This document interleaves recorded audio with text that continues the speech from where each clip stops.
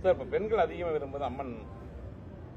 அதனால மீண்டும் அம்மன் மாநாடு தமிழகத்தில் நடக்கக்கூடிய வாய்ப்பு இருக்கு. ஏன்னா முருகனுக்கு மாநாடு நடத்துறதும் அது எல்லாரும் அதிகமா அதை காட்டிலும் முருகனை காட்டிலும் அதிகமா பெண்கள், அதுவும் தமிழ்ல மாரியம்மன் இருக்காங்க, காளியம்மன், எல்லா அம்மன் இருக்காங்க.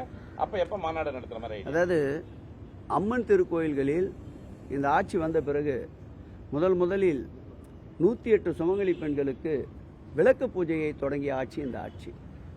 1000 ரூபாய் ஒருவருக்கு செலவு என்ற விகிதத்தில் 200 ரூபாயை அவர்களுக்கு கட்டணமாக வாங்கி கொண்டு 800 ரூபாயை திருக்கோயில் சார்பாக செலவு செய்து மாதந்தோறும் 108 பெண்களுக்கு 17 திருக்கோயில்களில் இந்த விளக்கு பூஜையை ஆரம்பித்த ஆட்சி இந்த ஆட்சி.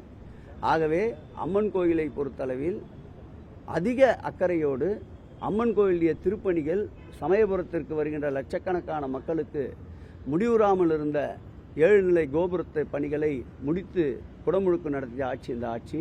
அதேபோல் பெருந்திட்ட வளாக பணிகளில் கியூ காம்ப்ளெக்ஸ் என்று சொல்லப்படுகின்ற கியூ வரிசைக்கு தேவையான அனைத்து வசதிகளையும் ஏற்படுத்தி அதை திறந்து வைத்த ஆட்சி இந்த ஆட்சி.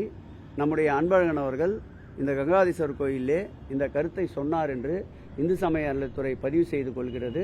அதற்குண்டான முயற்சிகளை வருங்காலத்தில் எடுப்பதற்குண்டான முழு முயற்சிகளை முழு மனதோடு எடுப்பதற்கு நடவடிக்கை மேற்கொள்ளப்படும்.